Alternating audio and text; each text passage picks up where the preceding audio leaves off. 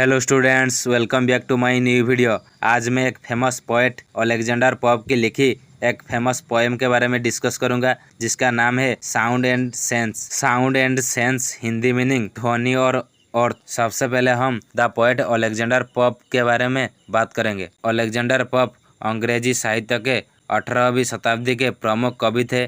उनका जन्म सन 1688 में लंदन में हुआ था। वे न्यू क्लासिकल युग के प्रसिद्ध कवि थे। उनकी कविताओं में संतुलन, तर्क, नैतिकता और सौंदर्य का अद्भुत मेल देखने को मिलता है। उनकी प्रमुख रचनाएं हैं एन एसे ऑन क्रिटिसिज्म और एसे ऑन मैन। पोप की कविता का उद्देश्य था कविता में संगीत और अर्थ का सामंजस्य स्थापित करना। Sound and sense Alexander pope की प्रसिद्ध काव्य रचना एन एसे ऑन क्रिटिसिज्म का एक अंश है। ये कविता कवि की उस मान्यता को व्यक्त करती है कि कविता में ध्वनि और भावार्थ का मेल आवश्यक है। केवल शब्दों का संगीत नहीं, बल्कि उनमें छिपा अर्थ भी उतना ही सशक्त होना चाहिए। अब हम इस पोएम की सामरी के बारे में बात करेंगे। इस कविता में अलेक्जेंडर पोप ने कहा है कि कविता में केवल मीठी या लयात्मक ध्वनि ही नहीं, बल्कि उसमें अर्थपूर्ण भाव भी होना चाहिए।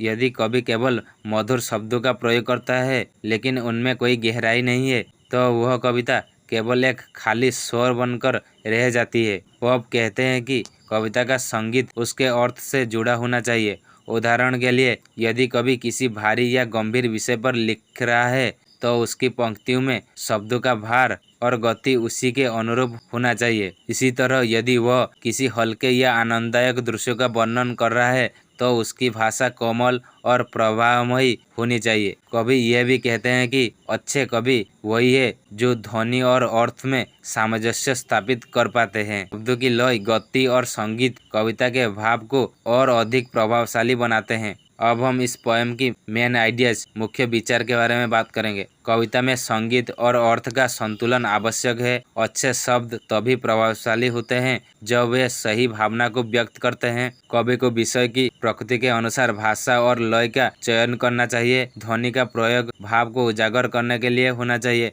न कि केवल सजावट के लिए। अब हम इस पोएम की निष्कर्ष क्या है इसके बारे में बात करेंगे। साउंड एंड सेंस में अलेक्जेंडर पोप ने कविता की सच्ची सुंदरता को समझाया है। कविता तभी सफल होती है जब उसमें भाव और ध्वनि का अद्भुत सामंजस्य हो। पोप की यह रचना आज भी कविता की कला और तकनीक पर एक अमूल्य मार्गदर्शन देती है। इस कविता के माध्यम से पोप यह संदेश देना चाहते हैं कि सच्ची कविता वही है जो भावों की सच्चाई और शब्दों की संगीतात्मकता दोनों को साथ लेकर चलती है। कविता का उद्देश्य केवल कानों को आनंद देना नहीं, बल्कि मन को भी प्रभावित करना होना चाहिए। यह था साउंड एंड सेंस पोएम की सामरी।